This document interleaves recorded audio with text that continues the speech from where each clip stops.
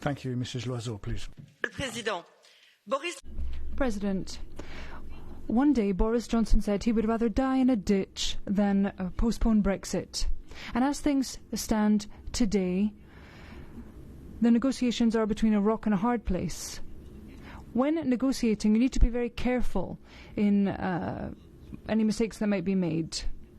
The Internal Market Bill was one of the mistakes made by Boris Johnson. It was supposed to consolidate Johnson's power, but by threatening to breach international law, what he did was pull Europeans together, standing in unity.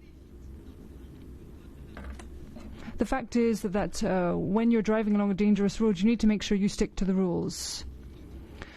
The Prime Minister also thought that by setting the 15th of October as a deadline, he would put fear into the hearts of Europeans. But the fact is that negotiations are going to start up again at any point. When you want to reach a goal, you have to make sure that you're not making unnecessary pit stops. The British government decided to try and divide and rule by putting fisheries at the heart of every discussion. But no one was fooled.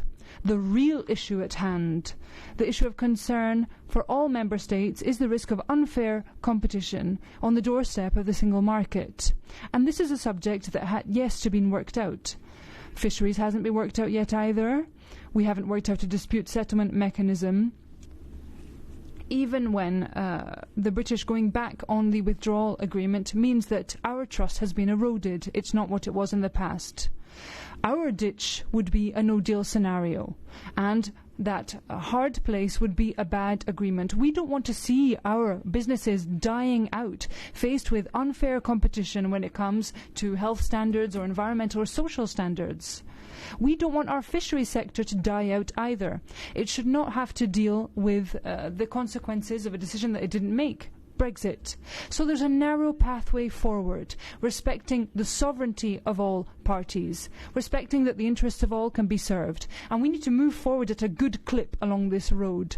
And to avoid a disaster, Mr. Johnson, open your eyes to the needs of businesses, respect the withdrawal agreement, and move negotiations out of the deadlock you put them into.